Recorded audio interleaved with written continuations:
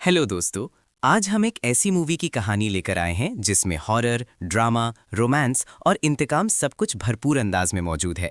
ये फिल्म रूस और यूक्रेन की जंग के दौरान होने वाले वो खौफनाक वाकयात दिखाती है जहां रूसी फौजियों ने यूक्रेनी खवातीन पर बेपनाह जुल्म ढाए। दोस्तों, इस वीडियो में आखिर तक देखने वालों के लिए एक खास सरप्राइज भी छुपा है, इसलिए वीडियो को अधूरा मत छोड़ना। कहानी का आगाज एक डरावनी और सुनसान रात से होता है।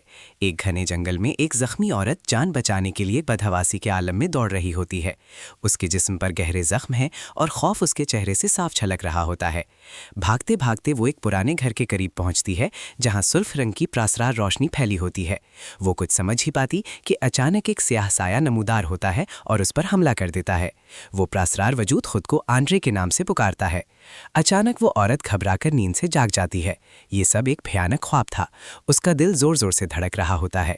वो सोचने लगती है कि ख्वाब में आने वाला वो वजूद कौन था और उसने आंद्रे का नाम क्यों लिया। खौफ के आलम में वो अपने मंगीतर के पास जाती है जिसका नाम भी आंद्रे होता है। आंद्रे और ओलेना एक दूसरे के साथ खुशो-खुर्रम जिंदगी गुजार रहे होते हैं। दोनों के बीच बेहद मोहब्बत होती है और जल्द ही शादी करने वाले होते हैं। वो यूक्रेन में अपने कुत्तों के साथ रह रहे होते हैं। आंद्रे रोज की तरह ओलेना के लिए नाश्ता तैयार करके काम पर चला जाता है, लेकिन ओलेना के जहन से वो खौफनाक ख्वाब निकलने का नाम नहीं लेता। परेशानी के आलम में वो अपनी आंटी यावडोखा को फ़ोन करती है और अपने ख्वाब के बारे में सब कुछ बता देती है। ओलेना कहती है कि ख्वाब में मौत आंद्रे को लेने आई थी। ये सुनकर यावडोखा संजीदा हो जाती है और ओलेना को खबरदार करती है कि अब वक्त आ गया है कि आंद्रे को किसी महफूज जगह भेज किया जाए, और वो अच्छी तरह जानती है कि ये कैसे करना है। इसी दिन 23 फरवरी होती है, जो आंद्रे और ओलेना की एनिवर्सरी होती है। दोनों इस खुशी में एक छोटी सी तकरीब रखते हैं, अपने जज्बात का इजहार करते हैं और मुस्तकबिल के ख्वाब देखते हैं। मगर ये खुशी ज़्यादा देर कायम नहीं रहती, क्योंकि ये साल 2022 होता है और रूस यूक्रेन पर हमला कर देता है। रूसी फौज यूक्रेन में दाखिल हो जाती है, शहरियों को अगवा किया जाने लगता है और पूरा मुल्क खौफ के साए में आ जाता है। लोग घरों में छिपने पर मजबूर हो जाते हैं। आंद्रे और ओलेना भी जान बचाने के लिए शहर छोड़ने का फैसला करते हैं, मगर हर रास्ता रूसी फौज के कंट्रोल में होता है। ओलेना तजवीज़ देती है कि वो उसकी आंटी यावडोखा के घर चले जाएं, जो जंगल के बीच एक वीरान मकाम पर वाक़ है, ऐसी जगह जहां वर्ल्ड वॉर के दौरान भी फौजी नहीं पहुंच सके थे। आंद्रे मान जाता है और दोनों गाड़ी में रवाना हो जाते हैं। रास्ते में रूसी फौजी उनकी गाड़ी रोक लेते हैं, तलाशी लेते हैं और पूछताछ शुरू कर देते हैं। आंद्रे बातों से मामला संभालने की कोशिश करता है, मगर फौजी ओलेना के साथ बदतमीजी शुरू कर देते हैं। आंद्रे गुस्से को दबाकर सिर्फ वहां से निकलना चाहता होता है। सूरत हाल उस वक्त बिगड़ जाती है जब फौजियों का अफसर ओलेना को अपनी हवस का निशाना बनाने की इजाज़त दे देता है। जैसे ही फौजी ओलेना के करीब आते हैं, आंद्रे का जब्त टूट जाता है और वो फायरिंग शुरू कर देता है। फायरिंग के दौरान आंद्रे खुद भी बुरी तरह जख्मी हो जाता है। ओलेना जब आंद्रे के हाथों पर खून देखती है तो दौड़कर उसके पास जाती है। आंद्रे को गोली लग चुकी होती है, उसका जख्म जानलेवा साबित होता है और वो ओलेना की बाहों में दम तोड़ देता है। वही मौत जिसका इशारा ख्वाब में मिला था हकीकत बन जाती है। रूसी फौजी बिना किसी पछतावे के अपने मरे हुए साथियों का सामान उठाते हैं और जख्मियों का इलाज करके बेफिक्री से बैठ जाते हैं, जैसे कुछ हुआ ही ना हो। ओलेना के लिए आंद्रे की मौत को कबूल करना नामुमकिन होता है। वो टूट जाती है। उसे देखकर आंटी यावडोखा उसे दिलासा देती है, मगर ओलेना कहती है कि उसे किसी तसल्ली की ज़रूरत नहीं, उसे सिर्फ आंद्रे वापस चाहिए। ओलेना एतराफ़ करती है कि वो आम इंसान नहीं, बल्कि एक जादूगरनी है जो अपनी ताकत छोड़कर आंद्रे के साथ आम जिंदगी गुजार रही थी। अब उससे सब कुछ छीन लिया गया है, इसलिए वो बदला लेने का फैसला करती है। वो एक खुफिया दीवार तोड़कर एक पोशीदा कमरे में दाखिल होती है जहां स्याह जादू और प्रासरार ताकतें मौजूद होती हैं। जादुई आईने के सामने खड़े होकर वो अपनी ताकतें वापस हासिल कर लेती है। उसके जिस्म में खतरनाक तब्दीलियां आना शुरू हो जाती हैं।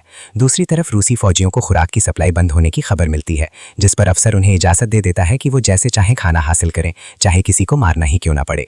ये फौजी एक बूढ़े आदमी को कत्ल कर देते हैं और उसकी बेटी काटिया को अगवा कर लेते हैं। काटिया के साथ जुल्म किया जाता है और उसे कैंप में ले जाया जाता है। इसी दौरान ओलेना एक खूनी रस्म अंजाम देती है, जिसका असर एक जख्मी फौजी पर पड़ता है। उसके जिस्म से खौफनाक चीज़ें निकलने लगती हैं और उसे एक पैगाम मिलता है, ये जंगल तुम सबकी खबर बनेगा। खौफ से पागल होकर वो फौजी खुदकुशी कर लेता है। अफसर को भी ख्वाब में ओलेना दिखाई देती है, जो सबको मारने की धमकी दे रही होती है।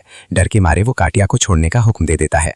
कहानी यहाँ से एक खूनी इंतकाम की तरफ बढ़ती है, जहाँ जुल्म करने वालों को उनके आमाल की सज़ा मिलने वाली होती है। एवेलिना उस फौजी को काबू में करने के लिए आगे बढ़ती है और उसे मारने ही वाली होती है, मगर जैसे ही उसकी नज़र उसकी फैमिली की तस्वीर पर पड़ती है, उसके कदम रुक जाते हैं।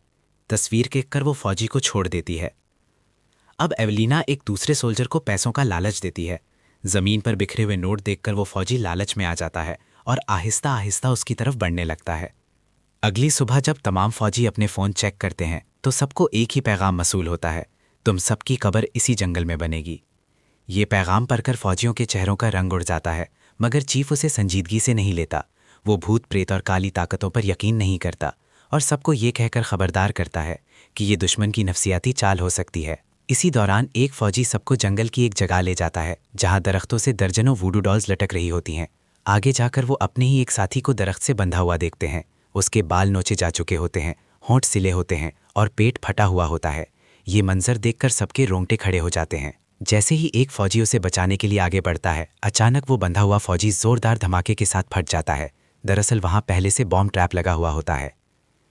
बाकी फौजी गुस्से में आकर उसी फौजी को मोरिते इल्जाम ठहराते हैं कि उसे आगे नहीं बढ़ना चाहिए था। इधर एवलीना एक इंतहाई खतरनाक रस्म अदा कर रही होती है। इस रस्म में वो एक डेमन को समन करके अपनी ज़ात में जज्ब कर लेती है ताकि उसकी ताकत हासिल कर सके।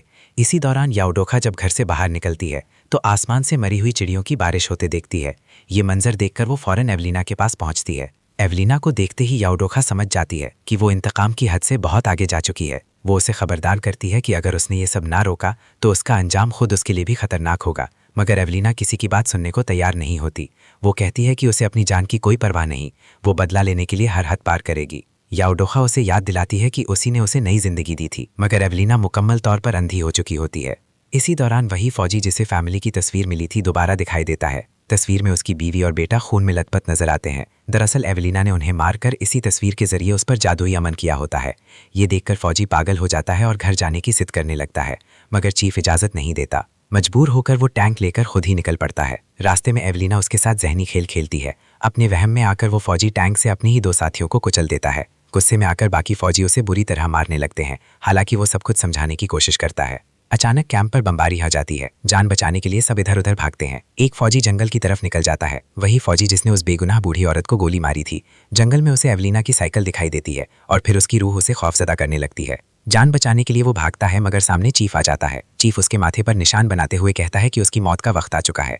तब इंकशाफ होता है कि ये चीफ नहीं बल्कि एवलीना होती है, जो उसे मार देती है और बेरहमी से उसका दिल निकाल लेती है। जब बाकी फौजी उसकी लाश देखते हैं तो हैरान रह जाते हैं। एक फौजी सुपरनैचुरल ताकतों का जिक्र करता है, मगर चीफ उसे डांटकर खामोश करा देता है। इधर याओडोखा एवलीना को फौजियों के दिल खाते हुए देख लेती है और खौफजदा हो जाती है। वो उसे रोकने की कोशिश करती है, मगर एवलीना कहती है कि उसे और ताकत चाहिए। कुछ देर बाद होश आने पर वो याओडोखा से माफी मांगकर वहां से चली जाती है।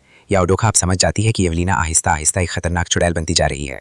रात को एवलीना फौजियों के कैंप में जाकर एक आखिरी वार्निंग छोड़ देती है। अगली सुबह जब फौजी अपने साथियों की लाशें गायब पाते हैं तो डर के मारे उन्हें ढूंढने निकलते हैं। आगे जाकर वो सब लाशें दरख्तों से लटकती देखते हैं। ये मंजर देखकर एक फौजी खौफ से खुदकुशी कर लेता है। अब वो फौजी दिखाया जाता है जिसने काटिया के साथ ज्यादती की थी। उसके जिस्म में कीड़े पड़ने लगते हैं और दर्द से तड़पता हुआ वो काटिया के घर पहुंच जाता है। काटिया उसे मारने ही वाली होती है, मगर उसकी मिन्नतें सुनकर रुक जाती है। अचानक वो फौजी गन उठाकर उसे मारने की कोशिश करता है, मगर काटिया उसे गोली मार देती है। इसी वक्त एवलीना सबके सामने आ जाती है। चीफ और बाकी फौजी उस पर फायरिंग करते हैं, जिससे वो शदीद जख्मी हो जाती है। जान बचाकर वो किसी तरह घर पहुंचती है, जहां याओडोखा उसके जिस्म से गोलियां निकालती है और उसे याद दिलाती है कि हर मौत की कीमत उसे खुद चुकानी होगी। आखिरकार इंकिशाफ होता है कि चीफ को मारने के बाद एवलीना की अपनी मौत भी तय है। यही शैतान के साथ उसका मुआहदा था, मगर एवलीना रुकने को तैयार नहीं होती।